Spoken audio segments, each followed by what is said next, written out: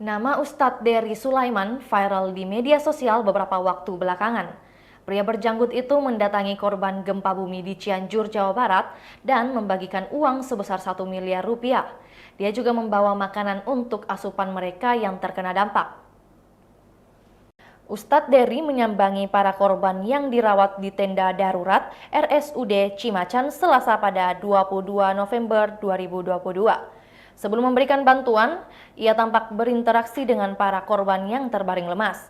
Kemudian, rekan Ustadz Dery yang ikut mendampingi mengeluarkan sejumlah uang dari tasnya.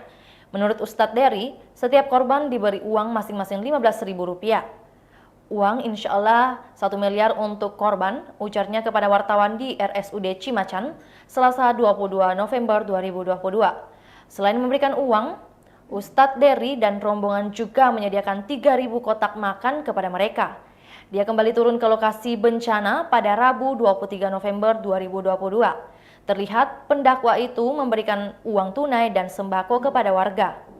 Dalam video lain, Ustadz Dery juga memberi uang kepada para pemuda di sekitar jalanan yang longsor akibat gempa.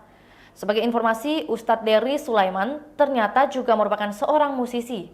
Ia lahir di Sumatera Barat 1 Agustus 1978 dengan nama lengkap Dery Guswan Pramona. Dahulu, Dery Sulaiman dikenal sebagai gitaris grup band Betrayer. Dia aktif manggung dari satu pentas ke pentas lainnya. Namun kehidupannya berubah 100 derajat kala sang bunda meninggal mendadak karena kecelakaan pada tahun 1998. Sejak saat itulah dia memilih mendekatkan diri kepada Allah mendalami dakwah dan musik Islam. Kini dirinya tidak hanya aktif berdakwah, ia juga menjadi entrepreneur dengan menawarkan sejumlah produk yang berkaitan dengan kesehatan.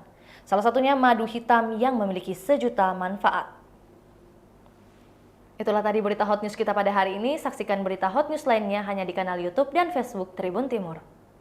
Terima kasih sudah nonton. Jangan lupa like, subscribe, dan share ya.